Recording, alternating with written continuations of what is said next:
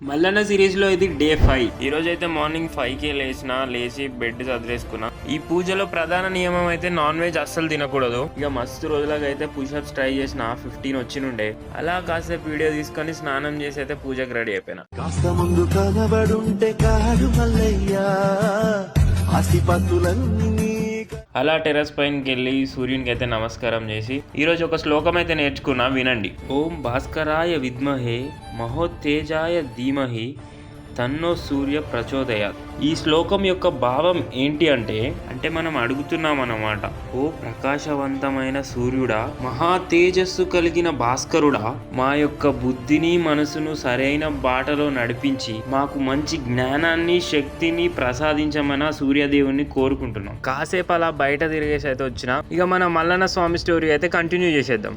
మల్లన్న స్వామి ఈశ్వరుణ్ణి ప్రార్థిస్తాడు, నాకు తగ్గ భార్య ఎక్కడున్నది అని.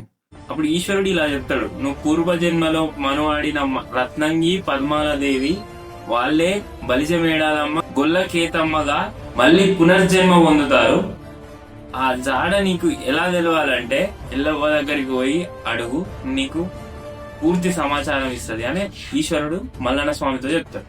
అప్పుడు పల్లజేడల ఎల్లమ్మ తల్లి తమ్ముడితో, తమ్ముడా మల్లన్న, నీకు ఎరక చెప్పాలని నేను ఎరకల స్వామి ఏషం కట్టాలి అని చెప్పి ఎరకల స్వామి ఏషం కట్టి, తమ్ముడా మల్లన్న వరదరాజుల వంశం అది, ఒక ముద్దుల చెల్లెలు బలిజ మేడాలమ్మ. ఆ బలిజ మేడాలమ్మను చేరుకోవాలంటే ఎన్నో కష్టాలు పడిపోవాలి, కారడుగులు దాటాలి, ఎక్కరాని చెట్లు ఎక్కాలి, దిగరాని కొండలు దిగాలి, ఎంతో కష్టం ఉంటది మల్లన్న అని తమ్ముడు మల్లన్నకి ఎల్లమ్మ తల్లి చెప్తుంది.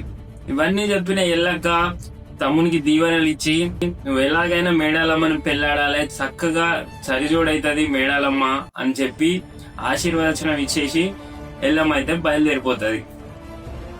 మల్లన్న ఆ 7 అన్నదమ్ముల్ని ఎలా గెలిచిండు, ఆ బలిజ మేడాలమ్మని ఎలా మనవాడిండు మనం నెక్స్ట్ వీడియోలో చూద్దాం.